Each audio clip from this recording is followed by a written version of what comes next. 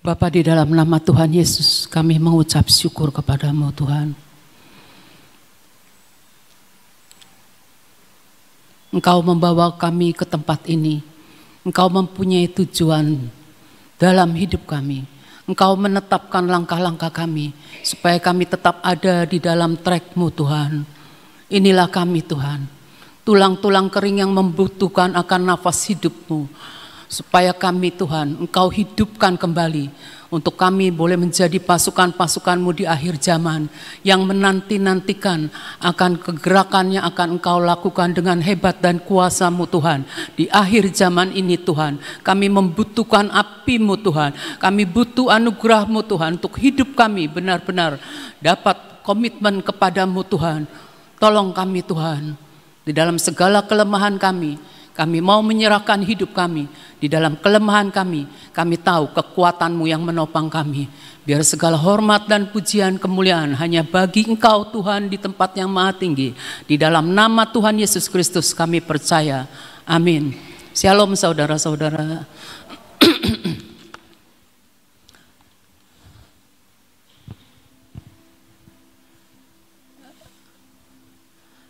Sebelumnya saya mau share tentang pada waktu tahun-tahun yang lampau, entah lupa saya tahun berapa.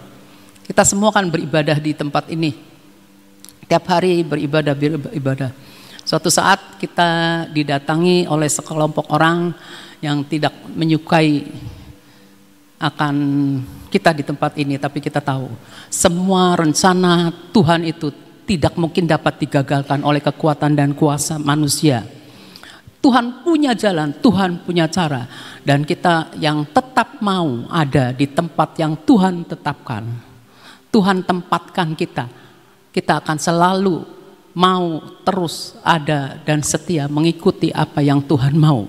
Kita lihat, saya waktu baca tentang Gideon ya, Hakim-Hakim 6 ayat 3, mungkin ayatnya saya baca agak cepat. Hakim-Hakim 6 mulai ayat 3 aja.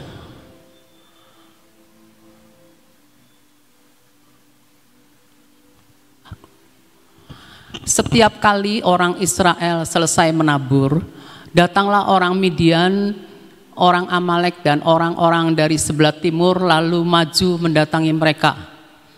Berkemahlah orang-orang itu di daerah mereka dan memusnahkan hasil tanah itu sampai ke dekat Gaza. Dan tidak meninggalkan bahan makanan apapun di Israel, juga domba atau lembu atau keledai pun tidak, sebab orang-orang itu datang maju dengan ternaknya dan kemahnya, dan datangnya itu berbanyak-banyak seperti belalang. Kita pernah kan ngalamin hal itu, sampai kita sudah datang tidak bisa masuk, pintu masuk sudah diduduki, tapi mereka akan kita tunggang balikan seperti belalang. Orang-orangnya dan unta-untanya tidak terhitung banyaknya, sekaliannya datang ke negeri itu untuk memusnahkannya. Apa yang dari Tuhan tidak dapat dimusnahkan, percaya. Sehingga orang Israel menjadi sangat melarat. Kita tidak akan melarat, tapi waktu itu kita mengakui bahwa banyak yang terpencar-pencar. Sehingga orang Israel menjadi sangat melarat oleh perbuatan orang Midian itu. Lalu berserulah orang Israel kepada Tuhan. Nah, sampai sini dulu sebentar. Nah, waktu kita itu berseru kan, kita berseru kepada Tuhan dan Tuhan kasih jalan. Kita membangun pasukan di jam 5 pagi. Semua kebanyakan ikut ya, ikut terus sampai entah berapa lama ya, lupa. Terus ayat 7 ya, ayat 7 kita bangun pasukan, kita mendirikan mezbah, ayat 7.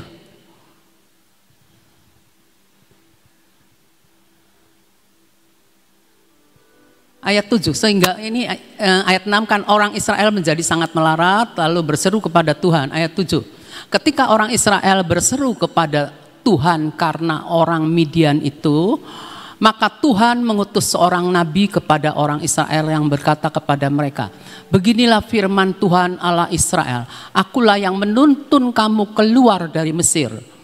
Tuhan yang menuntun kita keluar dari perbudakan kita kepada si setan, si iblis ya, yang menindas kita, yang membuat kita sengsara karena kita tidak kenal Tuhan waktu itu ya. Kita keluar, saya juga ingat saya bisa lahir baru di mana tempat Tuhan yang tentukan ya. Akulah yang menuntun kamu keluar dari Mesir dan yang membawa kamu keluar dari rumah perbudakan, untuk melepaskan kamu dari tangan orang Mesir dan dari tangan semua orang yang menindas kamu. Bahkan aku Tuhan menghalau mereka dari depanmu dan negeri mereka kuberikan kepadamu. Dan aku telah berfirman kepadamu, akulah Tuhan Allahmu, maka janganlah kamu menyembah Allah orang Amori yang negerinya kamu diami ini, tetapi kamu tidak mendengarkan firmanku itu. Terus kemudian datanglah malaikat Tuhan dan duduk di bawah pohon tarbantin di Ofra kepunyaan Yoas orang Abiser itu. Sedang Gideon anaknya mengirik gandum dalam tempat pemerasan anggur agar tersembunyi bagi orang Midian. Kita kan takut dengan sembunyi Gideon ya. Malaikat Tuhan menampakkan diri kepadanya dan berfirman kepadanya, demikian, Tuhan menyertai engkau ya pahlawan yang gagah berani. Jawab Gideon kepadanya, ah Tuanku, jika Tuhan menyertai kami, mengapa semuanya ini menimpa kami? Di manakah segala perbuatan-perbuatan yang ajaib yang diceritakan oleh nenek moyang kami kepada kami? Ketika mereka berkata, bukankah Tuhan telah menuntun kita keluar dari Mesir? Tapi sekarang Tuhan membuang kami dan menyerahkan kami ke dalam cengkraman orang Midian. Kadang-kadang kita seperti itu, saudara. Kita melihat fakta, kita mengalami suatu yang gak enak. Kita tidak berpikir bahwa Tuhan pegang kendali dan Tuhan tuh mengatur. Kalau saudara bisa main catur, bidak catur itu ada di tangan yang main kan. Mau dikemanain, mau lawan musuhnya, mau lawan. Kalau yang megang bidak catur itu tuh Tuhan. Kita nih cuma orang-orang yang ikutin permainan Tuhan, jangan ngeberontak. Kita akan lihat betapa yang luar biasa yang memegang kita adalah yang Maha Kuasa, yang sanggup mengeluarkan kita dari Mesir. Sudah sanggup mengeluarkan kita dari Mesir. Masa kita mau belok lagi ke belakang? Kita lihat ya, jawab Gideon kepadanya, ah Tuanku, ini udah ya. Nah, Gideon tuh tidak menganggap dirinya pahlawan yang gagah berani ya. Dan lalu berpalinglah Tuhan kepadanya dan berfirman, pergilah dengan kekuatanmu ini. Kekuatan Gideon tidak seberapa karena dia sembunyi saja kan, berarti kan dia takut gitu tuh ya. Kekuatannya kecil. Terus dia dari hitungan yang tidak besar di dalam bangsa Israel ya. Dengan kekuatanmu ini dan selamatkanlah orang Israel dari cengkraman orang Midian. Terus ingat, bukankah aku mengutus engkau? Kita kadang-kadang lupa bahwa yang mengutus kita ini Tuhan yang punya segala sesuatu. Lupa, karena kita kan mata kita terbatas. Kita dengar segala macam. Jadi kita ini lupa siapa yang pegang kendali gitu ya. Siapa yang ngutus kita. Tetapi jawabnya kepadanya, ah Tuhanku, dengan apakah akan kuselamatkan orang Israel? Ketahuilah kaumku adalah yang paling kecil di antara suku Manase, dan aku pun seorang yang paling muda di antara kaum keluargaku. Berfirmanlah Tuhan kepadanya, tetapi akulah yang menyertai engkau. Immanuel ya. Sebab itu engkau akan memukul kalah orang Midian itu sampai habis. Itu Tuhan yang ngomong. Jadi kita harus selalu ingat.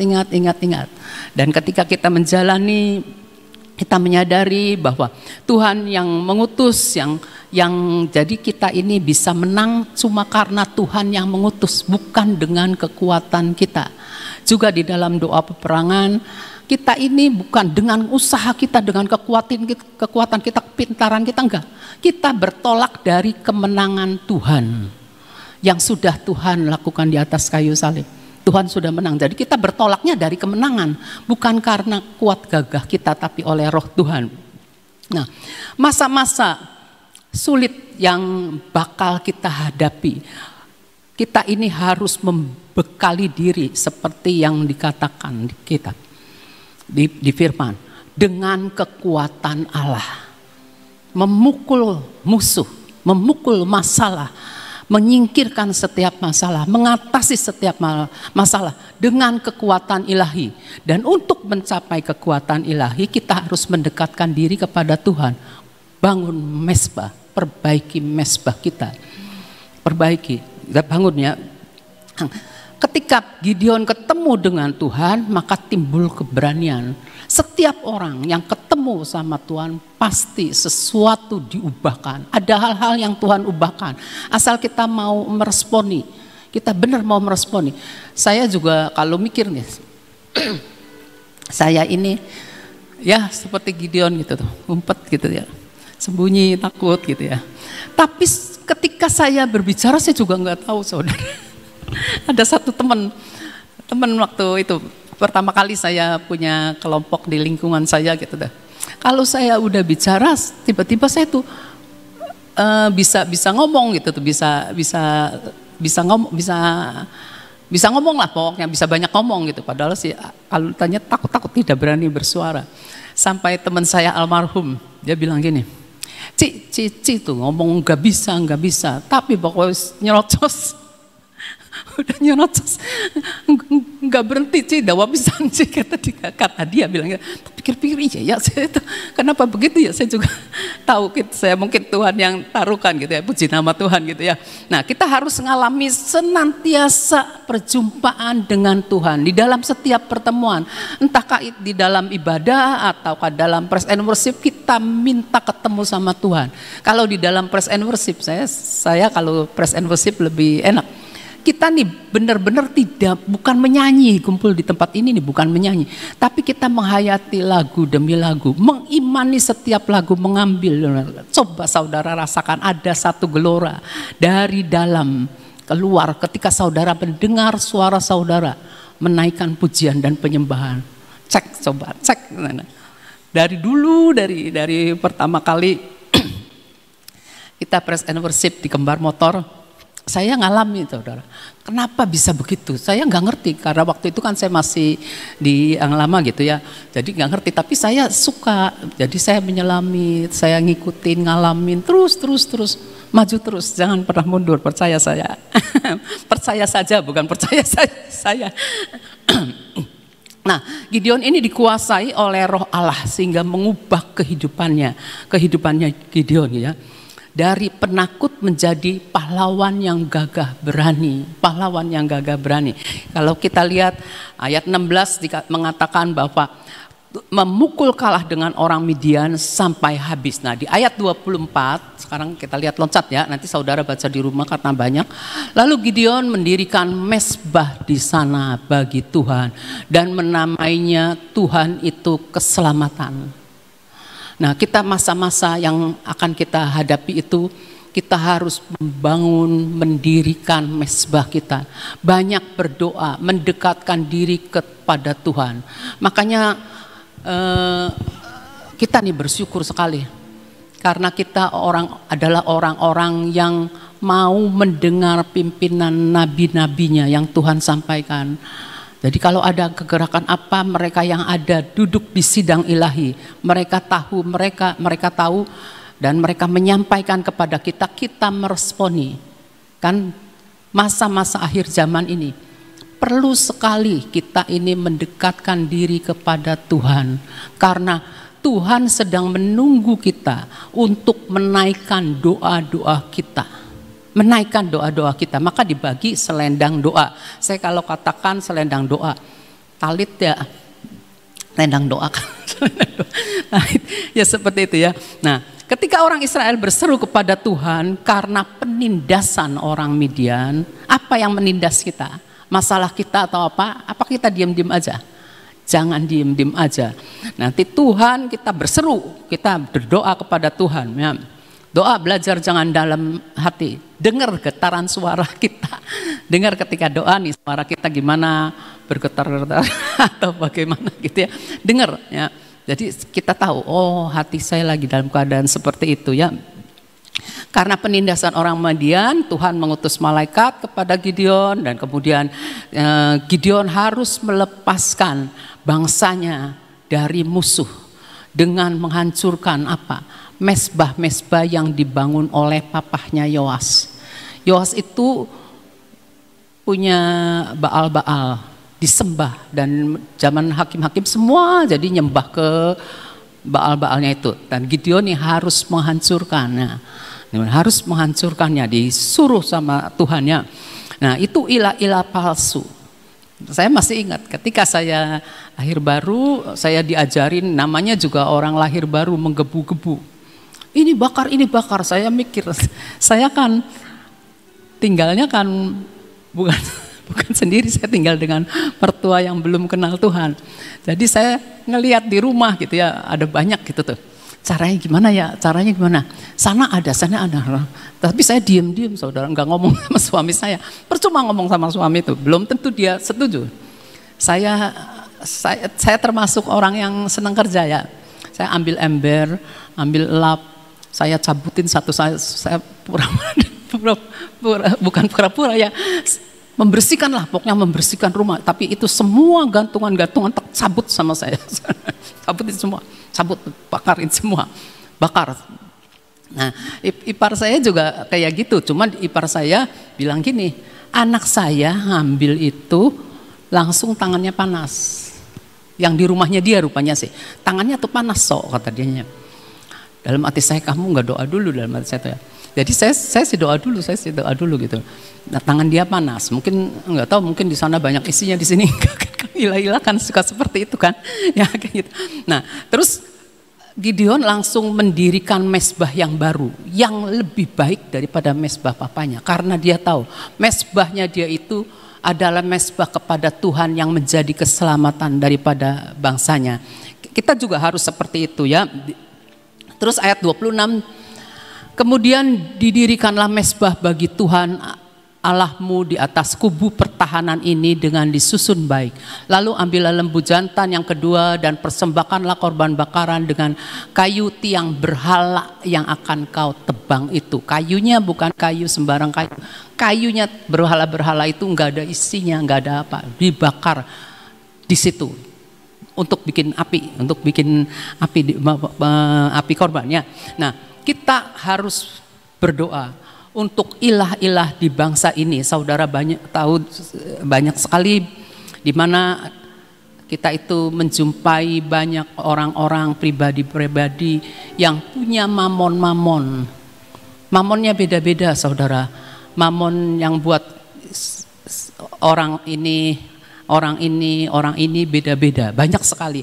Dan kita sebelum kita menghancurkan segala sesuatu, kita harus minta ampun dulu, mengakui dosa daripada bangsa kita, mengakui semua kefasikan, kemunafikan yang terjadi di bangsa ini, mengakui semua kebobrokan moral yang ada di bangsa ini. Terlebih dahulu kita mohon pengampunanmu, lalu kita bangun mezbah baru untuk masa depan bangsa ini. Masa depan bangsa ada di gereja Tuhan, di tangan gereja Tuhan. Jadi gereja harus berdoa. Kita lihat Keluaran 20 ayat 24. Kau buatlah bagiku mezbah dari tanah dan persembahkanlah di atasnya korban bakaranmu dan korban keselamatanmu. Itu waktu Musa dikasih tahu sama Tuhan. Kambing dombamu dan lembu sapimu pada setiap tempat yang kutentukan menjadi tempat peringatan bagi namaku. Aku akan datang kepadamu dan memberkati engkau. Jadi kita harus buat mezbah. Ya, apa itu mezbah? Mezbah itu hubungan antara kita dengan Allah. Hubungan kita dengan Allah gitu ya. Hubungannya yang benar-benar harus kita nih menguduskan diri kita.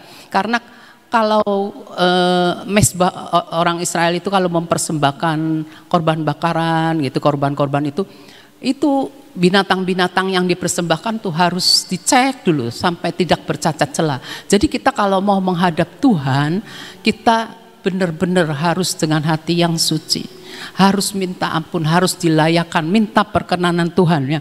Jadi supaya apa? Supaya kita nih nanti kalau kita segenap hati kita mau cari Tuhan gitu ya. Nah, kita bertemu dengan Tuhan dan Dia memberkati kita. Memberkati apa? Pada waktu zaman perjanjian lama itu api menyambar pembakar korbannya. Nah, kita mintakan api itu. Memang Tuhan bisa datang, bisa hadir, bisa hadir gitu ya. Kalau kita berdoa, tapi kalau kita minta api api itu bisa tetap ada, kita nih akan langgeng terus. Kenapa taman Tuhan bisa langgeng? Ada orang yang mau bayar harganya untuk api itu terus menyala sehingga ada open heaven. Itu ada yang mau bayar komitmen, mau naikin doa terus-terusan. Saya sih belum ngaku, saya sih ngaku ya. Nah kita harus tahu bahwa Tuhan, kita membutuhkan api Tuhan. Api itu memang gairah, passion, antusias, terus semangat gitu tuh, gairah. Kalau nggak bergairah, kalau lagunya tadi Yesus datang, terus zaman Yehezkiel itu lagunya semangat, kalau kitanya duduk diem dengan semuanya menyanyi, nggak ada apa-apanya. Harus sesuaikan lagunya begitu, kita harus tahu kitanya menyemangati, kita butuh api. Rasakan kuasa Allah turun. Kalau lagu Pantekosta, saya sampai catat, cariin di buku nyanyian yang lama masih punya, yang buku kuning How Great Thou Art tuh. Rasakan kuasa Allah turunlah, terus itu didobelin, rasakan kuasa Allah turunlah, terus pintu rahmat Allah terbuka bagiku, pintu rahmat. Nah, ketika kita doa itu kita dapat merasakan kuasa Allah. Pengalaman saya kalau bakar ukupan, saya bisa ngerasakan kuasa Allah itu seperti apa. Sungguh nggak bohong. Kalau di sini ya, kalau di sini nih lagi bakar ukupan, saya tuh ngerasa kuasa Allah seperti apa. Nggak bisa berkata-kata. Itu cuma beberapa menit, nggak ada berapa menit. Apalagi kalau lama, atau udah saudara boleh mencoba. Rasakan kuasa Allah, pintu rahmat Allah telah terbuka bagi kita. Kalau kita benar-benar Tuhan dengan hati yang sungguh-sungguh cari Tuhan, kita mau Tuhan, benar-benar ketemu sama Tuhan, sesuatu terjadi dalam hidup kita. Nah, kita lihat di dalam Imamat 6 ayat 13. 6 ayat 13. Harus dijaga supaya api tetap menyala di atas mezbah. Mezbah aja Tuhan mau, apalagi kalau Tuhan berkenan itu api diturunkan. Kita kalau punya api menyala di atas mezbah, janganlah dibiarkan padam. Saya pernah ceritakan, ada satu orang pendoa. Nah, pendoa itu pendoa itu didoakan sama seorang. Dia lihat apinya besar, dia ngomongnya sama saya, nggak bilang sama orangnya. Apinya besar loh, dalam hati saya apinya besar. Pendoa iya apinya besar, cuma bagaimana bisa punya api yang besar? Itu saya tuh terus terang aja banyak maunya, kalau hal-hal seperti itu banyak maunya itu. Aduh, kapan ya saya punya api yang besar gitu. Bagaimana caranya? Pengen belajar. Orang itu punya api yang besar, saudara. Bener. Apinya tetap menyala di atas mezbah ya. Nah, itu tuh menuntut kita menjaga perhatian terhadap api itu, menuntut kerajinan, menuntut komitmen kita terhadap hal-hal yang ilahi, khususnya dalam hubungan kita dengan Tuhan, seperti itu ya. Nah, kalau kita lihat lagi Yohanes 3 ayat 16. Ya, Yohanes 3 ayat 16 kan kita hafal ya. Yohanes 3 ayat 16 ada enggak ya?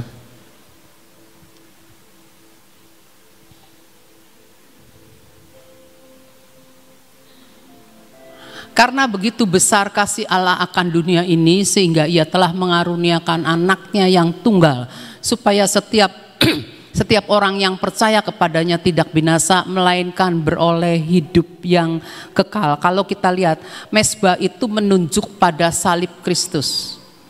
Ya, Yesus menyerahkan dirinya sebagai korban.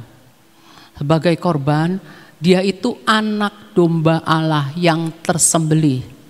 Yesus menyerahkan hidupnya, dan karena dia taat kepada Allah, maka Allah akan berkenan. Bapa berkenan, dia Yesus mau mati sampai disalib. Maka Tuhan menyerahkan bangsa-bangsa kepada Tuhan Yesus Kristus. Ganjaran terhadap Yesus. Yesus memperoleh bangsa-bangsa. Nah, dengan apa? Kalau kita lihat mezbah, berarti kita benar-benar harus ingat akan pengorbanan Yesus. Ketika kita mendirikan mezbah, berdoalah untuk bangsa-bangsa yang sudah Yesus berikan menjadi milik pusaka kita. Kita harus belajar seperti itu ya. Nah, kalau kita lihat lagi,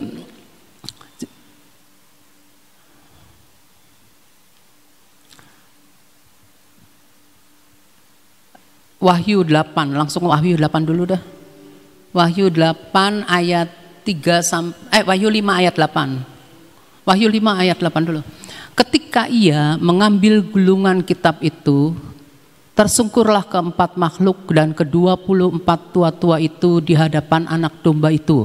Masing-masing memegang satu kecapi dan satu cawan emas penuh dengan kemenyan. Itulah doa orang-orang kudus. Di Wahyu 5 ayat 8 ini, waktu sebelum membuka ketujuh meterai. Nah terus Wahyu 8, waktu membuka ketujuh meterainya juga dikatakan, lalu malaikat itu mengambil pedupaan itu, mengisinya dengan api dari mezbah tata Tuhannya. Nah jadi doa-doa itu dinaikkan bersama dengan kemenyan bau semerbak ya, bau semerbak seperti penyembahan kita.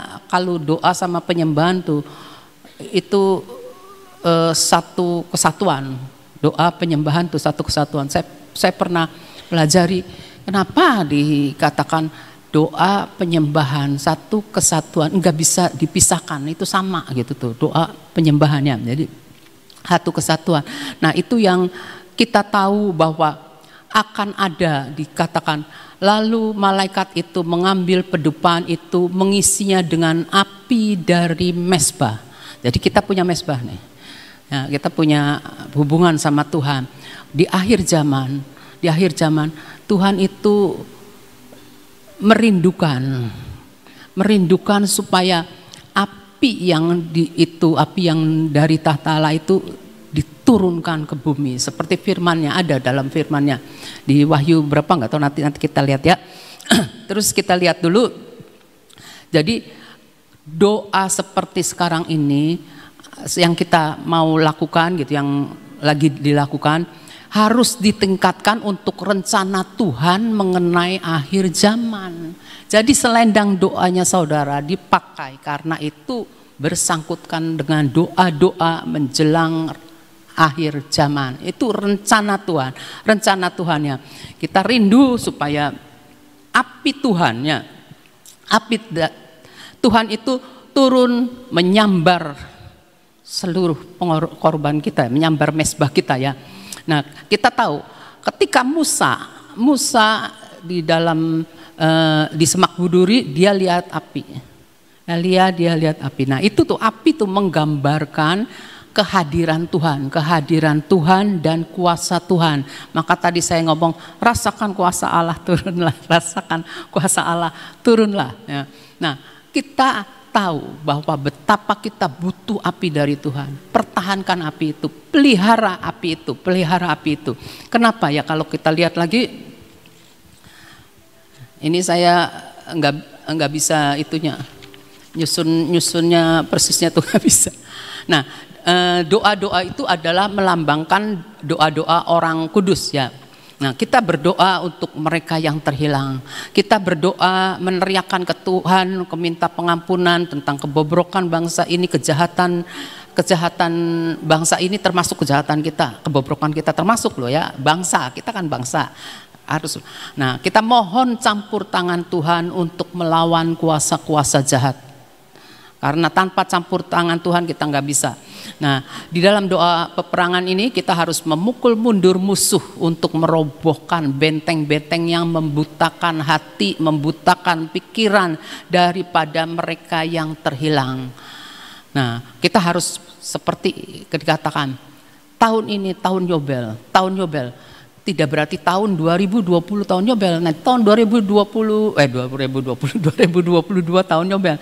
Tahun depan juga sebut Yobel. Pokoknya setiap hari adalah tahun Yobel, tahun pembebasan bagi orang-orang yang terhilang. Kalau kita mau berdoa, kita nggak tahu siapa itu, tapi kita doakan supaya mereka yang terikat juga dilepaskan oleh kuasa Tuhan, ya, dilepaskan dari kuasa iblis oleh kuasa Tuhan. Benteng-benteng ilah-ilah zaman yang membutakan mata orang juga dihancurkan oleh doa-doa kita. Cuma kita harus berdoa, kita minta. Nah, ini satu hal yang saya mau bagikan di 2 Tawarik 16 ayat 9. Ayat terakhir, 2 Tawarik 16 ayat 9. Karena mata Tuhan menjelajah seluruh bumi untuk melimpahkan kekuatan Tuhan, kekuatannya, kuasa Tuhan kepada mereka yang bersungguh hati terhadap Dia. Dalam hal ini engkau telah berlaku bodoh. Oleh sebab itu ini enggak usah, maksudnya yang bersungguh hati terhadap Dia. Yuk kita lihat. Mulai sekarang ini engkau akan mengalami peperangan. Kita jangan bodoh. Dalam hal ini engkau telah berlaku bodoh. Oleh sebab itu mulai sekarang, ya, yang lalu kita ini bodoh, ngaku bener. Oleh sebab itu mulai sekarang ini engkau akan mengalami peperangan. Setelah kita jadi anak Tuhan, kita akan mengalami banyak peperangan. Mau tidak mau. Kalau enggak juga tetap aja perang, cuma tidak menyadari. Nah, yang saya mau bagikan ada banyak. Kita tahu, kita belajar dari doa peperangan mulai dari basic, terus ada okultisme, dan yang di akhir zaman ini yang saya dan semua perlu belajar, yaitu doa peperangan tingkat strategis. Yang tingkat strategis.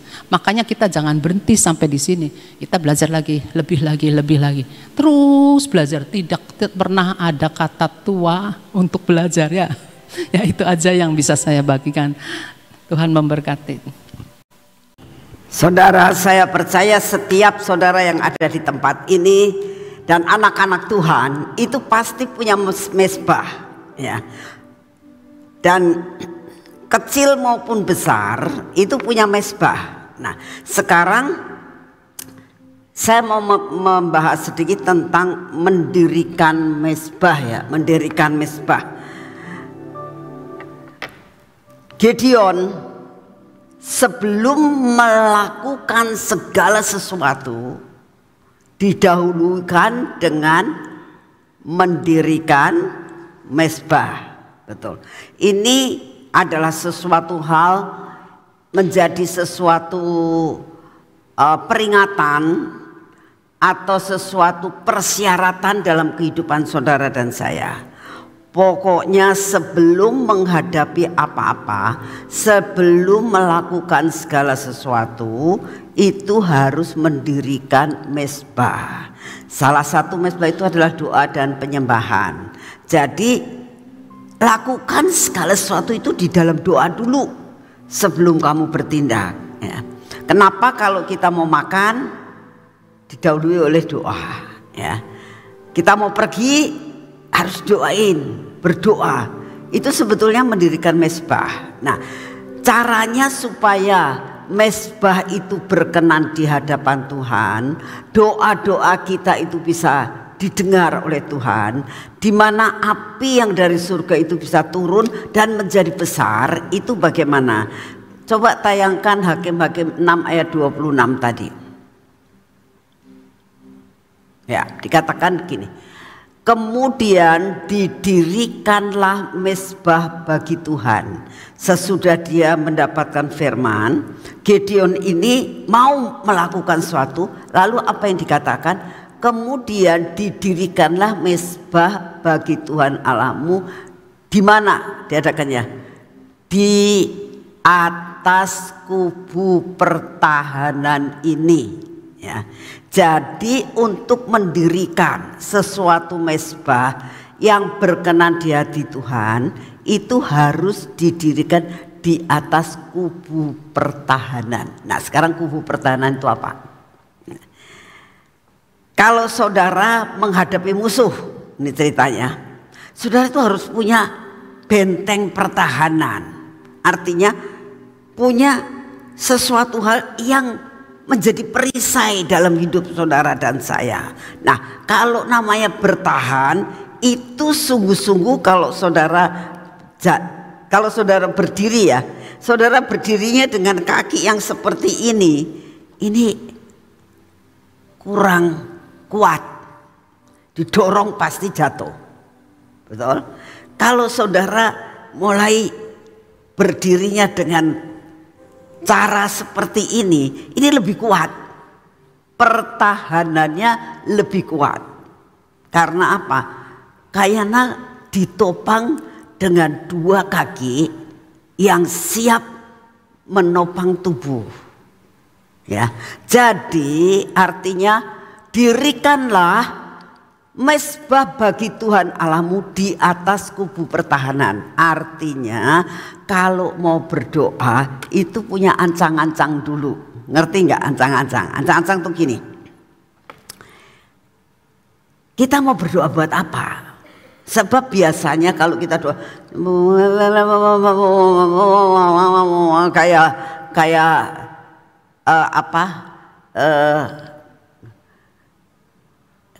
apa ya madu tuh apa tawon kayak gitu ya, sampai tidak terarah kamu doanya tuh mau apa, nyembahnya aku tuh apa gitu.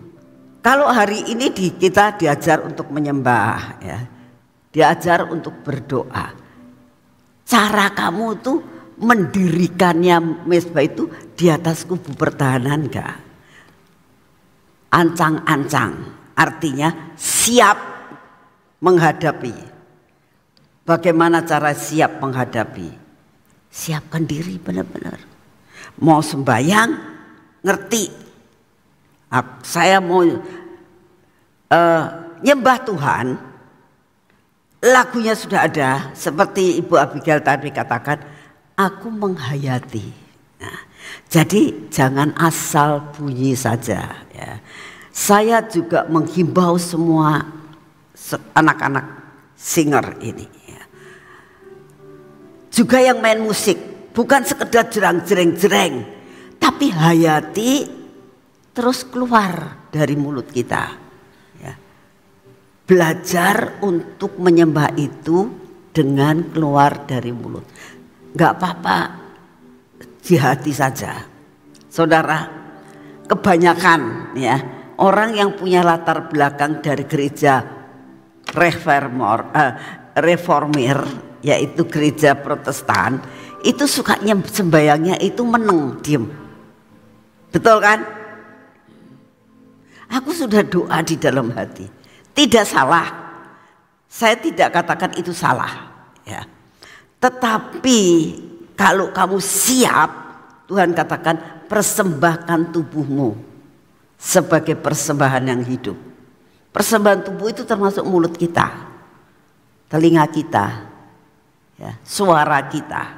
Jadi belajarlah untuk menyembah dengan berdiri di atas kubu pertahanan. Nah, lalu dikatakan dengan ini, dan dengan apa? Disusun baik. Ya. Baru ambil lembu jantan yang kedua, persembahkan korban dengan kayu lia, tiang berhala yang akan kau tebang itu. Jadi disusun baik. Artinya kalau mau berdoa itu pakai sesuatu hal, minta Roh Kudus yang akan nolong. Jadi kalau mau berdoa gini, siap benar-benar Tuhan hari ini aku tuh mau masuk dalam praise and worship ya. Aku mau siap mendirikan mezbah di atas pertahananku. Siapkan aku Tuhan. Sudah itu ya, dikatakan disusun baik. Artinya lihat lagunya, terus ikut di dalam penyembahan. Nah, sekarang kalau lagunya lagu bahasa Inggris, kadang-kadang kita nggak ngerti. Makanya saya sering kali bilang bahasa Inggris itu bawahnya kasih bahasa Indonesianya, ya, supaya setidak-tidaknya kita ngerti maksudnya. Jangan sekedar kita itu ikut nyanyi tapi nggak ngerti. Nah, disusun baik artinya menyembah di dalam pengertian yang benar. Nanti kamu akan bisa ngerasakan betapa hasilnya sangat luar biasa. Ya. Sesudah itu baru mempersembahkan lembu jantan, artinya mempersembahkan. Sudah siap semuanya dengan pengertian yang benar, apa yang harus dilakukan? Mempersembahkan di hadapan Tuhan. Lalu kok ini kayu bakarnya itu tiang berhala? Kalian tahu, pada waktu kita melakukan penyembahan, ya, semua berhala dalam hidup kita itu dibakar semuanya sampai habis. Nah, begitu Gideon lakukan hal itu, saudara tahu akhirnya setiap apa yang dikerjakannya menjadi berhasil. Betul? Dia katakan, aku ini apa? Orang kecil, kekuatanku gak seberapa. Tapi karena dia melakukan tindakan dengan benar, akibatnya dia mengalami kemenangan. Saudara dan saya itu sama. Kekuatannya gak seberapa. Tapi kalau kita lakukan akan perkara ini, percayalah, menghadapi tahun depan, apapun yang terjadi, semua yang saudara dan saya lakukan akan berhasil. Amin. Yuk kita berdoa. Bapa, kami mengucap syukur untuk hari ini ya Tuhan. Buat kami bukan sekedar mendengar, untuk membuat mezbah di atas pertahanan, menyusun dengan baik, baru kami melakukan persembahan korban Tuhan. Biar hari ini kami mengerti apa yang Engkau mau. Buat kami ini Tuhan, mempraktekkan apa yang Engkau mau, supaya apa yang kami kerjakan menjadi berhasil. Terima kasih untuk kasih setiamu Bapak. Kami berdoa bagi setiap anak-anakmu dimanapun mereka berada, dengan segala masalah dan persoalan yang mereka hadapi. Saya berdoa biar bersatu hati kami menaikkan doa-doa dengan semua pergumulan yang ada. Pergumulan ekonomi, sakit penyakit, dalam bentuk apapun. Tekanan-tekanan dalam rumah tangga. Persoalan anak. Persoalan kontrakan rumah. Bayar listrik. Semua kebutuhan, bayar anak sekolah. Tuhan, kami minta anugerah-Mu. Buat kami membangun mezbah terlebih dahulu. Kami percaya semuanya Engkau akan bukakan jalan. Terima kasih untuk kasih setiamu. Kami tetap berdoa untuk bangsa dan negara kami ya Tuhan. Kami minta anugerah-Mu. Biarlah Engkau yang menentukan yang terbaik buat bangsa kami. Terutama ya Tuhan, 2 tahun kemudian akan terjadi pergantian presiden. Kami sungguh minta anugerah-Mu. Atur Tuhan, tunjuk Tuhan, beri yang terbaik, supaya apa yang sudah landasan ini, seluruh dunia sudah mengetahui keadaan kemajuan Indonesia. Seluruh dunia mengetahui betapa hikmat yang kau berikan buat Bapak Presiden kami. Jangan sampai yang sudah dimulai akan dihancurkan. Tuhan, inilah doa yang kami naikkan di hadapan. Kami juga berdoa untuk lawatan jiwa-jiwa Tuhan. Buat lawatanmu terjadi di pulau-pulau, bahkan di benua-benua yang saat ini mengalami banyak resesi. Mereka butuh Engkau buat mereka membangun mezbah. Kami percaya Tuhan, banyak saudara-saudara kami yang saat ini kau utus untuk ke pulau-pulau dan ke negara-negara. Buat mereka jadi berkat. Terima kasih untuk kasih setiamu. Terima kasih Bapak, kami percaya Engkau mendengar doa kami. Saat ini kami datang di hadapan-Mu Tuhan. Kami minta kekuatan yang baru. Kami minta daya tahan tubuh yang baru. Supaya apapun yang terjadi, virus, bakteri apa, diusir oleh daya tahan tubuh yang kau berikan buat kami. Yang ada di dalam tubuh kami. Kami terima dengan utuh. Akan membuat kami menjadi kuat dan sehat. Terima kasih untuk kasih setiamu. Mari kita masuk dalam pengurapan.